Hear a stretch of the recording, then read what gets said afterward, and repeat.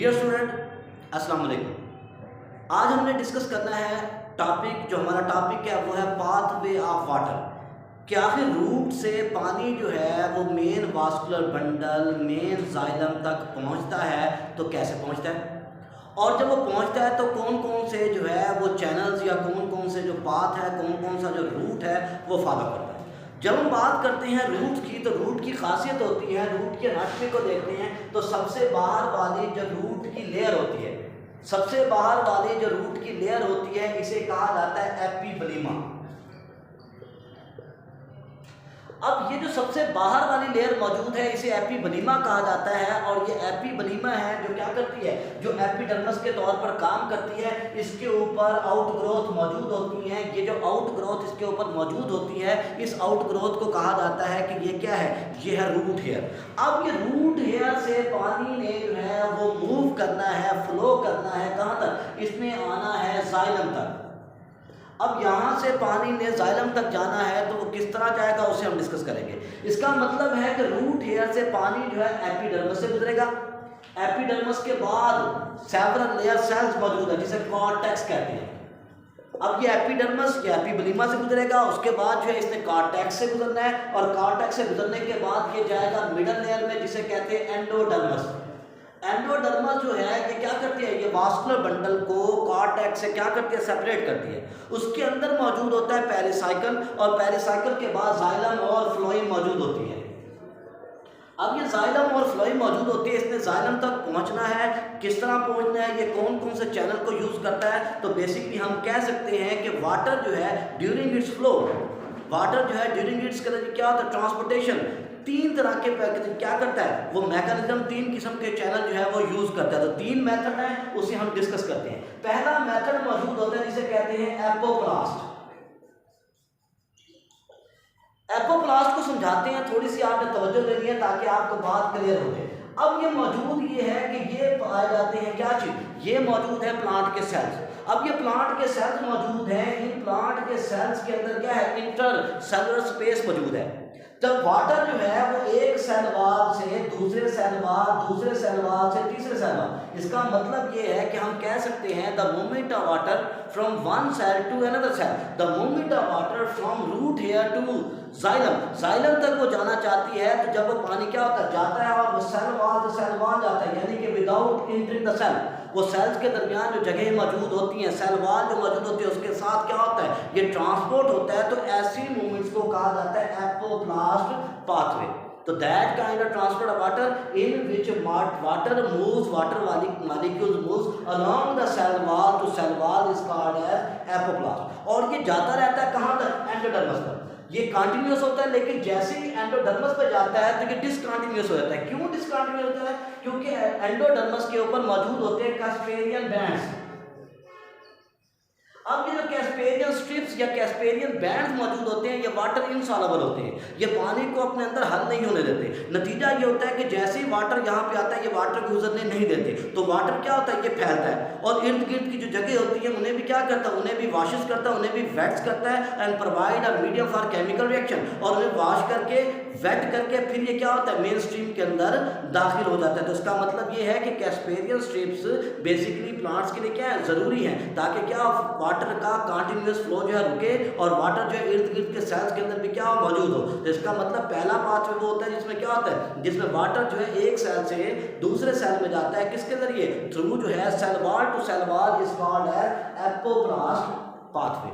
अब दूसरा मेथड जो ये यूज करता है सेल का ट्रांसपोर्ट के लिए, वाटर ट्रांसपोर्ट के लिए दूसरा मेथड यूज करते हैं, इसे कहते हैं सिम्प्लास्ट। अब सिम्प्लास्ट और एपोप्लास्ट में फर्क है। सिम्प्लास्ट पाथवे हम कह सकते हैं the movement of water from one cell to another cell, कि वाटर जो है वो क्या हो रहा है, एक सेल से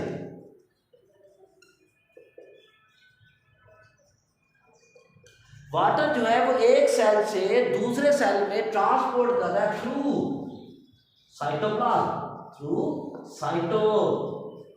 इसका मतलब ये है कि जब पानी जो है वो साइटोप्लाज्म के जरिए या साइटोप्लाज्मिक कनेक्शन के जरिए एक सेल से दूसरे सेल में जा रहा है, तो हम लोग कहेंगे कि ये क्या है, ये सिम्प्लास्ट है। अब सवाल ये पैदा होता है कि ये कैसे जा रहा है, क्या ऐसी चीज है जो क्या करे, एक सेल को दूसरे सेल से जोड़ रही है। थोड़ा सा आप तवज्जो दें ताकि उसको क्लियर करें। अब होता यूं है कि जब जो है सेल मौजूद है, सेल के गिर्द प्राइमरी सेल वॉल मौजूद है। फर्ज करो कि दो सेल्स हैं और दोनों सेल जो है वो एडजेसेंट है, एक दूसरे के बिल्कुल क्या है, करीब करीब मौजूद हैं। जब इनके ऊपर सेकेंडरी वॉल बनती है तो कुछ एरिया अनकवर्ड रहते हैं। When the deposition of secondary wall occur, some areas remain uncovered.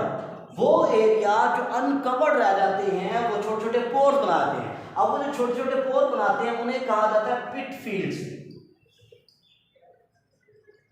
ये पिट फील्ड्स हैं। अब ये पिट्स बनाते हैं, छोटे छोटे सुराख बनाते हैं। जब ये पिट एक दूसरे के बिल्कुल आमने सामने आ जाते हैं तो ये एक पेयर बन जाता है जिसे पिट पेयर कहते हैं। इस पिट पेयर की वजह से होता यह है कि एक सेल का साइटोप्लाज्म दूसरे सेल के साइटोप्लाज्म से कनेक्ट हो जाता है। इसका मतलब ये है द साइटोप्लाज्मिक कनेक्शन डेवलप हो जाता है बिटवीन टू एडजेसेंट सेल्स। जब दो सेल्स के दरमियान साइटोप्लाज्मिक कनेक्शन बन जाता है तो इस साइटोप्लाज्मिक कनेक्शन को कहा जाता है प्लाज्मोडर्मेटा।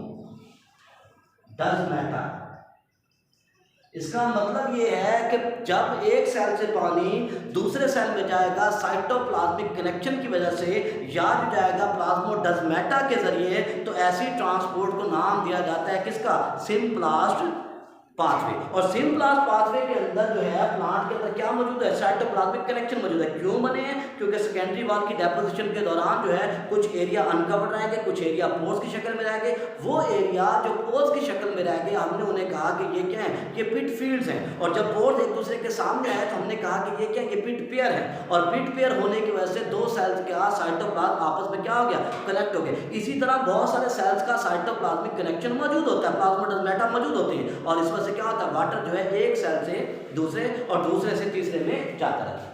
तीसरा तरीका जो मौजूद होता है इसमें ट्रांसपोर्ट का, उसे कहा जाता है वैक्यूलर।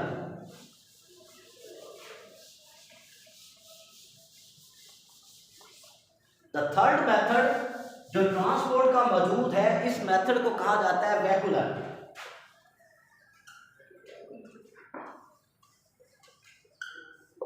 अब ये वैक्यूल के जरिए होता है, कैसे उसे हम समझाते हैं।